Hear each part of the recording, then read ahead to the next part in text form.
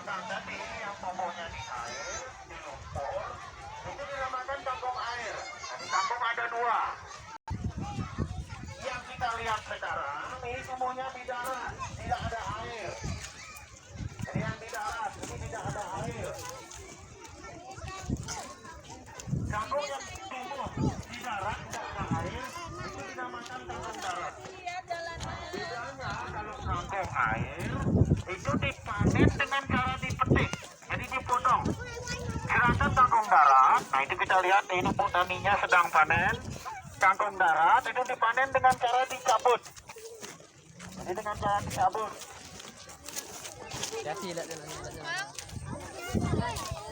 Dan nanti adik-adik kalau jalan-jalan ke pasar, ya jalan-jalan ke pasar, melihat ibu-ibu pedagang jual kangkung, kalau ada akarnya, berarti itu kangkung darat. Kalau tidak ada akarnya, itulah kangkung air. Nah, sedangkan ini atau sering juga disebut singkong. Nah, kemudian kita perhatikan ya.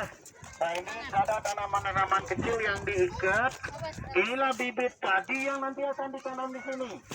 Jadi yang nanam lagi istirahat. Nah, itu beliau yang nanam ada di pondok, ada di gubuk lagi istirahat. Nanti ini akan ditanam.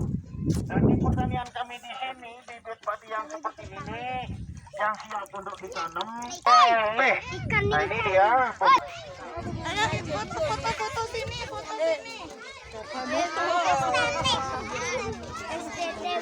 Tapi bagus kan? Bagus dia di atas, di atas. Di dalam batangnya ada cairan. Buat YouTube nanti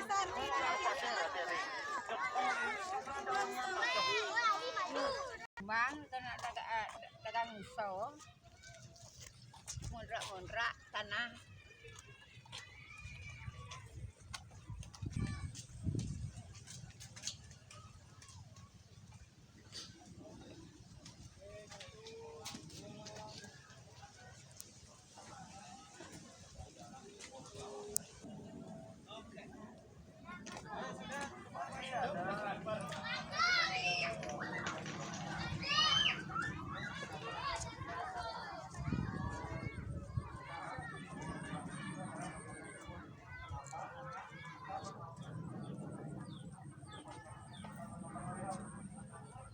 Ingat.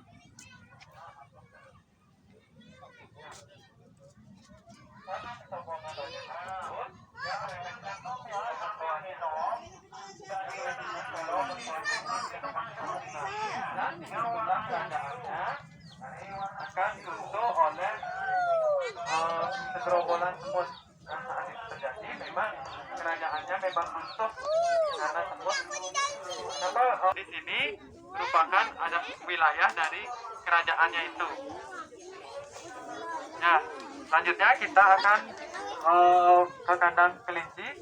Ya, baris dulu per kelas ya, baris dulu per kelas.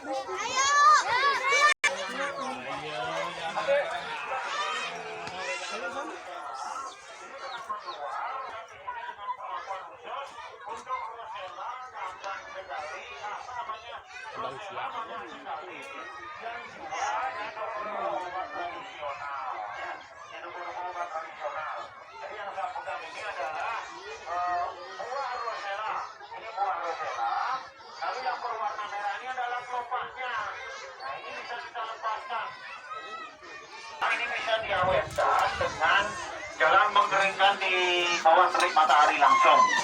Jadi, nah, lalu penggunaannya yang yang segar dan yang kering itu sama-sama bisa dipergunakan. Jadi telang seperti ini, kalau telang saya yakin banyak yang tahu karena ini tumbuh di mana-mana. Jadi tumbuh di mana-mana. Sedangkan rosella dia seperti ini. Sedangkan itu tidak diperlukan kan gitu. Jadi kalau memang mau dipakai untuk yang tanpa gelas. Ketumpuk. Ya, jadi cara membikinnya cukup dengan direbus saja. Jadi kalau cepat sekali ya, masukkan beberapa beberapa detik. Nah, kemudian yang kedua kami ingin perkenalkan jajan laklak, proses pembuatan jajan laklak kepada anak-anak ya. Jadi yang pertama kita akan perkenalkan bahan-bahannya. Ya, bahan-bahannya dulu teman-teman. Jadi jajan laklak ini bahan-bahannya yang pertama bahannya tepung beras. Ya, tepung beras. Yang ketiga bahannya garam dapur. Lalu yang keempat sebagai pengembangnya atau bahasa kerennya sebagai baking sodanya kita menggunakan kapur sirih. Nah, kemudian pencairnya air biasa. Lalu pewarnanya kita menggunakan cairan daun kayu siji. Ini daun kayu siji diambil, dicuci bersih, kemudian di blender bersama-sama air. Setelah itu disaring akan menghasilkan cairan atau larutan yang berwarna hijau seperti ini sebagai pencampur atau pewarna jajan laklak.